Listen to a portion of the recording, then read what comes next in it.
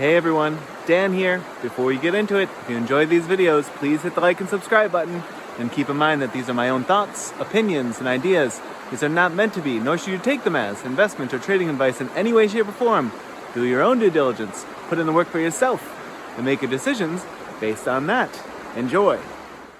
All right, folks, here we are on Saturday, December 23rd, and take a look at Tell today. So Tell putting in a nice move here last week and really the week before as well. So just to sort of recap, we were watching this downtrend resistance that had been holding for a while, fell well below it, made a motion toward it, failed, established support right around this 53-ish level, wrestled with it quite a bit, but then came and tried to make an escape, bounced right off of our 66, 67 level, came down and fell shy twice here after a push of needing to retest that 53. Since then, it's put in a nice sort of uptrend support, which we'll put in the chart in a moment, as it's trying to make an escape and press this sort of 85-cent level, swinging high higher than this push here,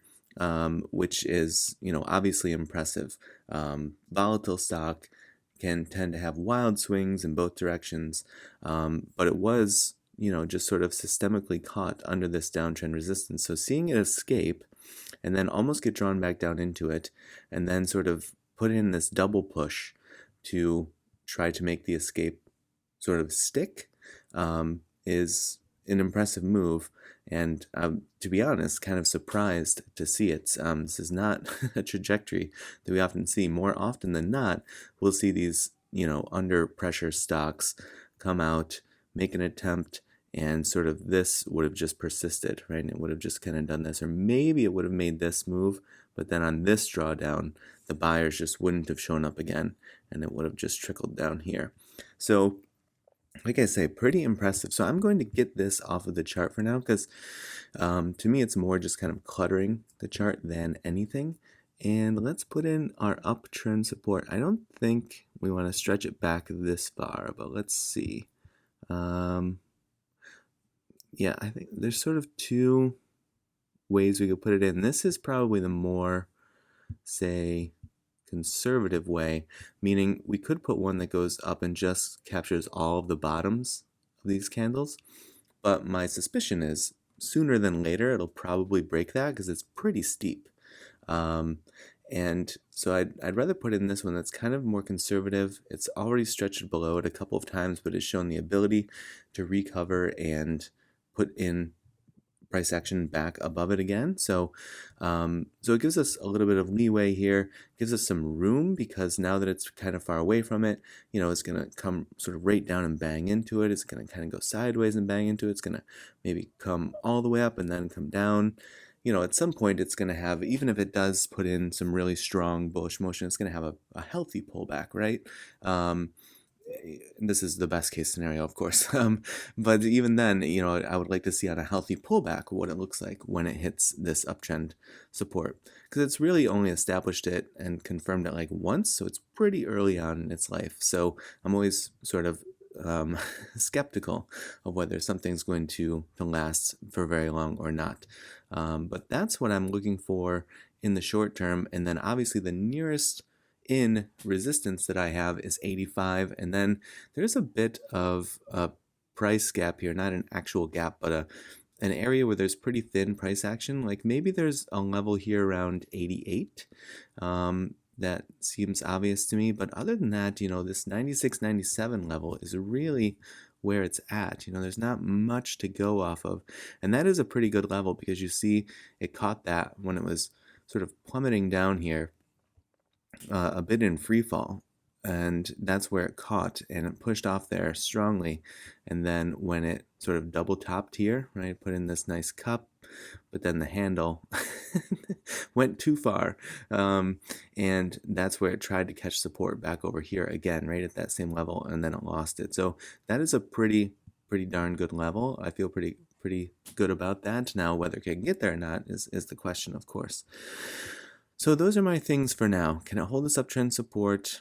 If it does dip, does 75 continue to hold? if it retests it, is it able to get any action over 85? And if so, can it stretch here toward this 97 again, sort of with the understanding that there's probably this level around 88, but in an effort to not want to clutter the chart, I'm going to leave that off because I think that's probably a weaker level than that 97-cent level. Now over here on the Think or Swim study, you get sort of the full picture here. Nice wide channel from all of the volatility, and then things kind of died down. Channel started to draw in a little bit, and then that sort of set off the next springboard, if you will, for big move. And at that same time, you had the TTM squeeze indicator triggering, and then it sort of perpetually triggered and fired a few times, and then you got this really, really, harsh downfall from about 170 or so down to into the 40 cents. Now, what's happening? We had a brief trigger and fire.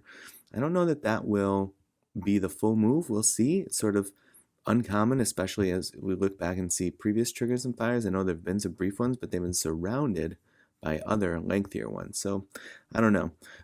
Sometimes there's just sort of like an off pattern thing that happens as well. So starting to establish a little bit of a bullish green cloud. We'll see if that continues to take shape or not. But it is right now just sort of continuing to pick up steam on the histogram, right? Bullish momentum picking up a bit. And just reaching the upper bound of the channel at the moment. So not being able to really put in price action or full candles up out of the channel yet. We'll see if it's able to do that. And if so, we can discuss what we'll look for at that point. But we see this stretch attempt, pulled all the way back down to the mid-range. But this is a nice sort of more systemic motion toward the upper bound of the channel, whereas this was very herky-jerky. And so now catching resistance there again, which is what you would anticipate. I'm interested to see what the reaction is as we get into next week, and it caught that resistance in the same spot. Is it able to sort of stick to it and continue to push that channel upward? Is it going to ride this cloud? Is it going to have to come back down and retest the mid-range? Or is it strong enough and there's enough sort of bullish momentum built up that it's going to push up out of the channel and start to drag everything up with it? We'll see, but it's in an interesting spot at the moment. Though, like I say, nothing super interesting is happening on the TTM squeeze indicator, but big movements and interesting things can obviously happen, even if there's not, say, a trigger and fire happening on the TTM squeeze indicator or anything like that. All right, folks, I hope that you have a nice long weekend, and as always, I appreciate you watching, and I will see you in the next video.